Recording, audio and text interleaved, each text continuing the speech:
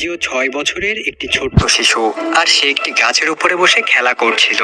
নিচে তার বড় ভাই পিটার মাছ ধরছিল, আর অন্যদিকে তার মা কাপড় ধুচ্ছিল।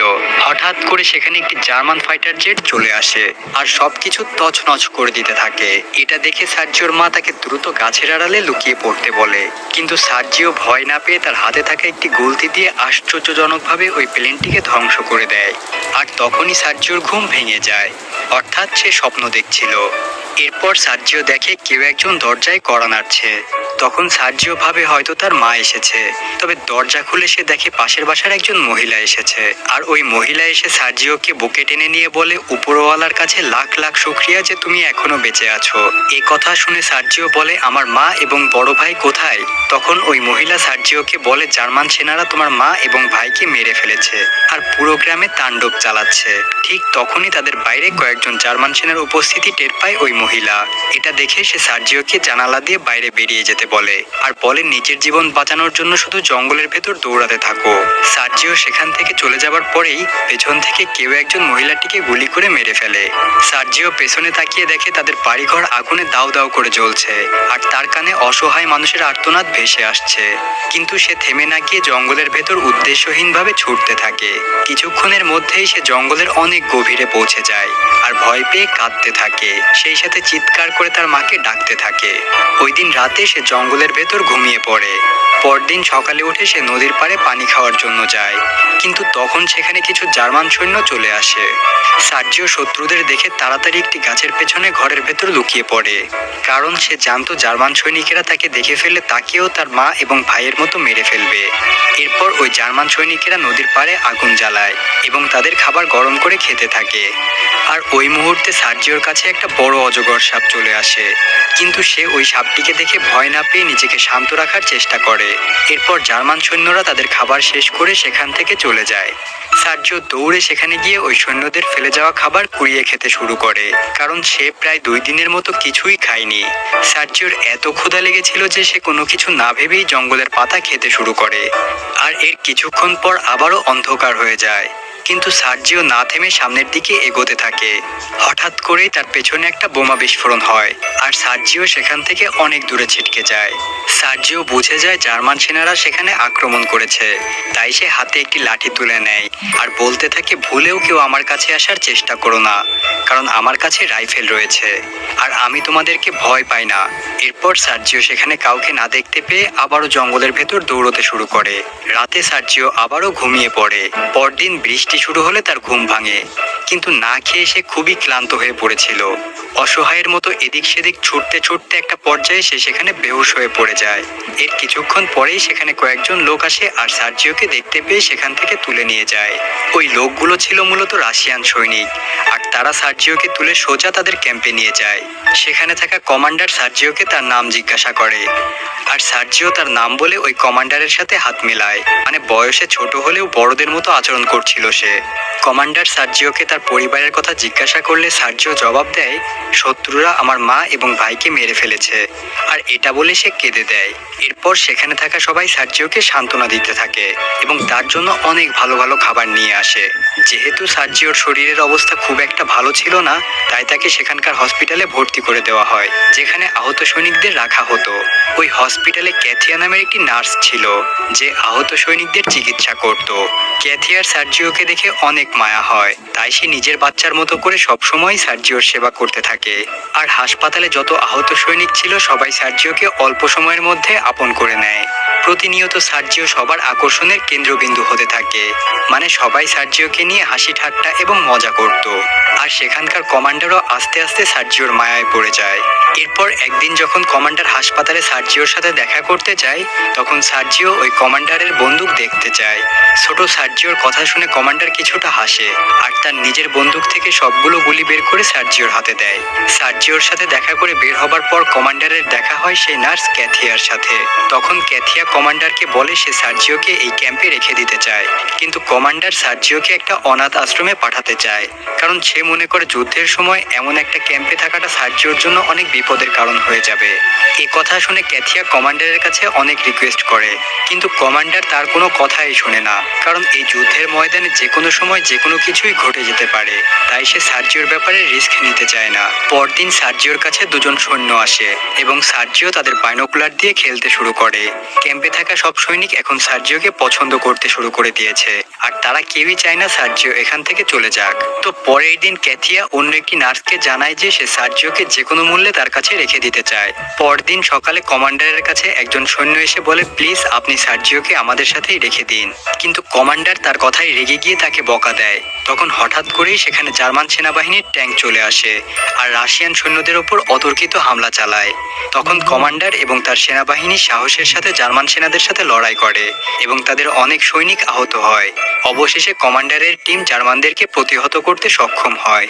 এর বেশ কয়েকদিন পর সার্জিওকে নিতে অনাথ আশ্রম থেকে একটি গাড়ি চলে আসে। তখন ক্যাথিয়া সার্জিওকে কমান্ডারের হাতে তুলে দিয়ে নীরবে সেখান থেকে চলে যায়, কারণ সে সার্জিওকে এতটাই ভালোবাসে যে সে দাঁড়িয়ে থেকে সার্জিওর চলে যাওয়া সহ্য করতে পারবে না।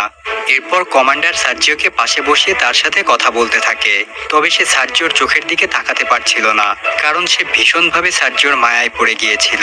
কমান্ডার নিজেও চাচ্ছিল যেন সার্জিও তাদের সাথেই থেকে যায়, কিন্তু সার্জিওর ভবিষ্যতের কথা চিন্তা করে সে তাকে অনাথ আশ্রমে পাঠাতে বাধ্য হয়েছিল। এরপর কমান্ডার সার্জিওর হাতে একটি কাঠের বন্দুক দেয়। ওই কাঠের বন্দুক টিপে সার্জিও খুশি হয় আর কমান্ডারকে জড়িয়ে ধরে। এটা দেখে কমান্ডারের মন আরো গলে যায় এবং সে সার্জিওকে প্রশ্ন করে, তুমি কি আমার ছেলে হবে? এটা শুনে সার্জিও সঙ্গে সঙ্গে হ্যাঁ বলে দেয়। আর এরপর কমান্ডার ওই অনাথ আশ্রমের চিঠিটা ছিঁড়ে ফেলে, কারণ এখন থেকে সার্জিও সবসময় তার কাছেই থাকবে।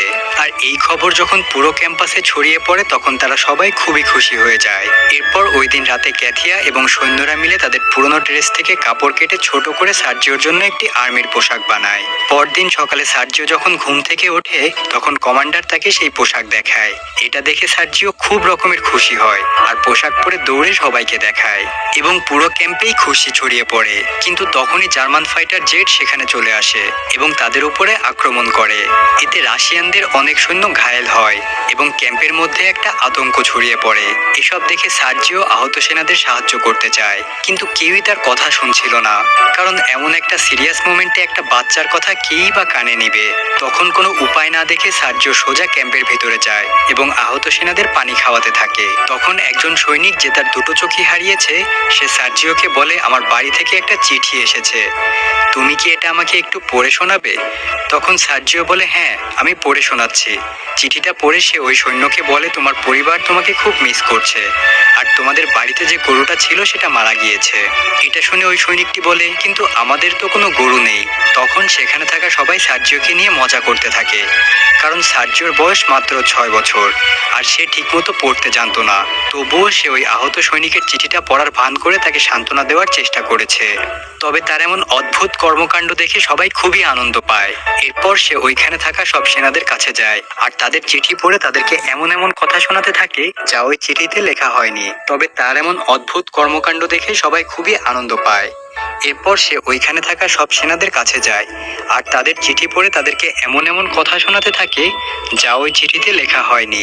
কিন্তু তার এসব কথা শুনে সবাই কিছুক্ষণের জন্য নিজেদের ব্যথা ভুলে যায়। এরপর একদিন সার্জিও ক্যাথিয়ার কোলে মাথা দিয়ে শুয়েছিল আর তখনই সেখানে কমান্ডার চলে আসে। তখন কমান্ডার ক্যাথিয়াকে কিছু একটা বলতে চেয়েও বলতে পারছিল না। মূলত কমান্ডার ক্যাথিয়াকে পছন্দ করত, কিন্তু সে কখনোই ক্যাথিয়াকে তার ভালোবাসার কথা বলতে পারেনি। আর আজকেও সে ব্যর্থ হয়, মানে যখনই সে তার ভালোবাসার কথা প্রকাশ করতে চায় তখনই তার কথা বলার শক্তি কেমন যেন উধাও হয়ে যায়। এরপর সার্জিও সেখানে দাঁড়িয়ে বড়দের মতো শেভিং করতে থাকে আর তার এমন কাণ্ড দেখে সেখানে থাকা সব সৈনিকরাই হাসতে থাকে আর সবাই তাকে জিজ্ঞাসা করে, তুমি কি প্রেম করতে কিংবা ডেটিং এ যাচ্ছ নাকি? এটা শুনে সার্জিও বলে, সৈনিকেরা কখনো ডেটিং এ যায় না, তারা কেবলমাত্র যুদ্ধে যায়। এটা শুনে সবাই তাকে সেলুট করে।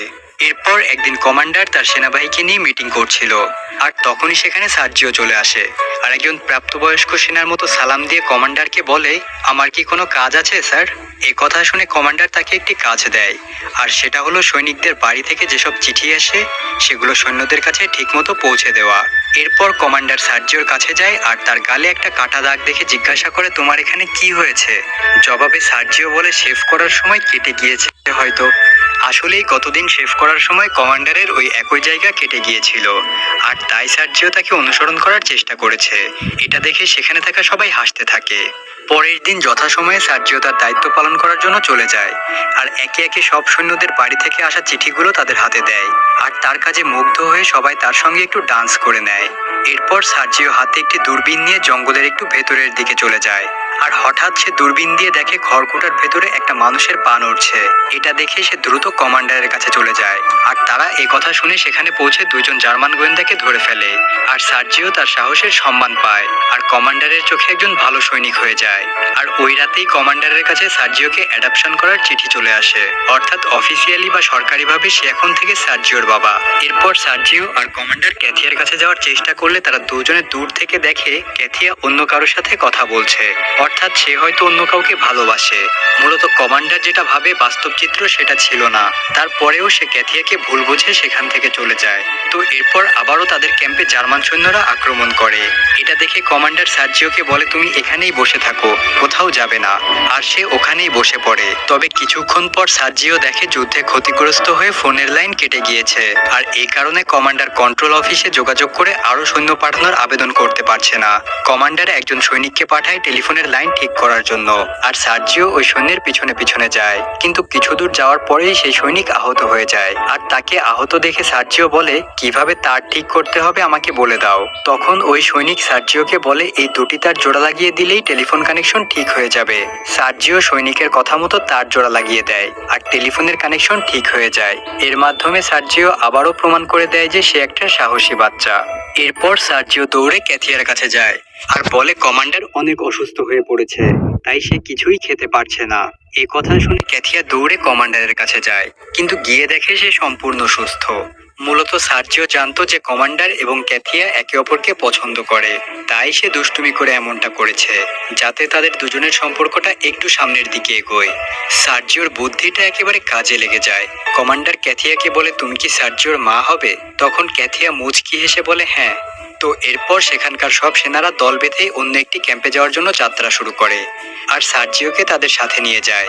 কিন্তু কিছু দূর যাওয়ার পর জার্মান সেনাদের পেতে রাখা একটি মাইন বিস্ফোরণ হয় আর বেশ কয়েকজন সৈন্য আহত হয় আর তখন কমান্ডারও বেশ আহত হয়। এরপর তারা কোনো মতে তাদের গন্তব্যে গিয়ে পৌঁছায় আর উপরের র্যাঙ্কে থাকা জেনারেলের সাথে কথা বলে। তখন সার্জিও সেখানে গিয়ে উপস্থিত হয় আর তাদের দুজনকে স্যালুট করে বলে আজকে কি আমার কোনো মিশন রয়েছে? জবাবে কমান্ডার বলে সকল সৈন্যদেরকে একটি লাইনে দাঁড় করিয়ে কার জুতা ছিঁড়ে গিয়েছে এবং কার কার খাবার লাগবে তার একটি লিস্ট তৈরি করে নিয়ে আসো।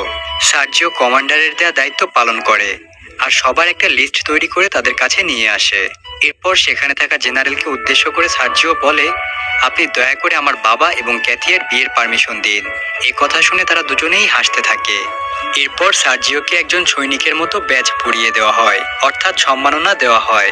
এটা দেখে সবাই খুব খুশি হয় এবং পুরা ক্যাম্পে সবার মধ্যে আনন্দ ছড়িয়ে পড়ে। অর্থাৎ এ পর্যন্ত যতগুলো আক্রমণ হয়েছে সেগুলোর থেকে অনেক বেশি ভয়ানক ছিল এই আক্রমণটি। তখন সার্জিও দেখতে পায় তার বাবা অর্থাৎ কমান্ডার ভারী কিছু একটার নিচে চাপা পড়ে আছে। সে দ্রুত গিয়ে অন্য সৈনিকদের খবর দেয় আর তারা এসে কমান্ডারকে উদ্ধার করে। আর ওই দিনের যুদ্ধে তাদের ক্যাম্পের ভয়াবহ ক্ষতি হয়ে যায়। পরদিন সার্জিও তার বাবার সাথে দেখা করতে আসে আর তার এমন করুণ অবস্থা দেখে কান্না করতে থাকে। এটা দেখে কমান্ডার তাকে বলে সাহসীরা কখনো কাঁদে না। এরপর সার্জিও, কমান্ডার আর ক্যাথিও আবারও ওই ক্যাম্প ছেড়ে অন্য কোনো গন্তব্যের উদ্দেশ্যে বেরিয়ে পড়ে। তারা তিনজন চিরদিনের মতো এক হয়ে যায় আর সার্জিও তার বাকিটা জীবন